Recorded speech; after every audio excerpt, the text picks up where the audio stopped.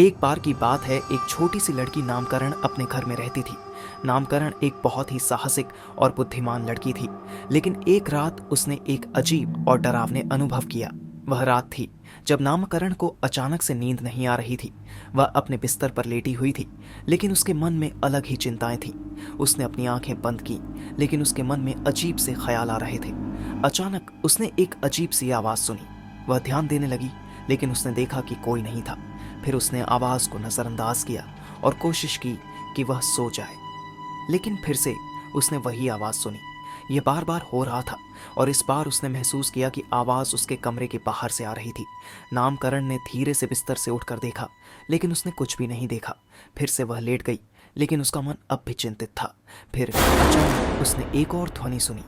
ये बार बार क्लॉकिंग की आवाज़ थी, जैसे कोई दरवाजे पर ताली बजा रहा हो। नामकरण के मन में अब डर की भावना थी।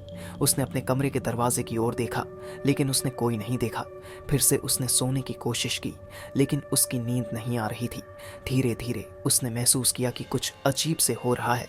वह अपने कमरे के अंदर आवाज़ सुन रही थी, जैसे कि कोई उसके साथ खेल रहा हो। फिर अचानक उसने अपने कमरे के कोने में एक अजीब और भूतिया आवाज़ सुनी।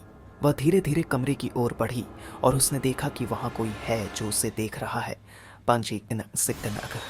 नामकरण की दिल दहलाने वाली स्थिति में वह अचानक से उठी और अपने कमरे की ओर देखने के लिए बढ़ी।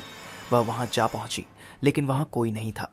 फिर भी उसने एक अजीब और डरावनी ऊंचाई का आवाज़ सुना, और वह अब समझ गई कि वहाँ कुछ अजीब है।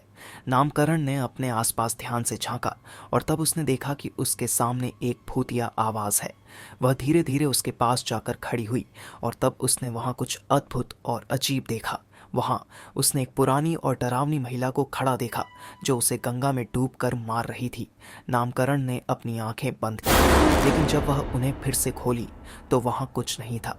नामकरण को डर की भावना से भरा हुआ महसूस हो रहा था। वह बिस्तर पर लेटी रही और अपने आप को संभालने की कोशिश करती रही, लेकिन उसके मन में सवाल था, क्या वह सच में वहाँ एक भूत देख रही थी, या यह सब उसकी विविधता का एक भाग था। नामकरण ने अपनी माँ को बुलाया और उसे सब कुछ बताया। उसकी माँ ने उसे संबोधित किया और उसे समझाया कि यह सब सिर्फ एक डरावना सपना था और कुछ नहीं। नामकरण ने अपनी माँ के शब्दों पर ध्यान दिया और धीरे धीरे सो गई। जब वह सुबह उठी तो वह अपने आप को सुरक्षित महसूस करती थी, और उसने अपने मन के डर को पार किया। उसे एक नई ऊर्जा की अनुभूति हुई, और वह अपनी दिनचर्या में वापस लौट आई।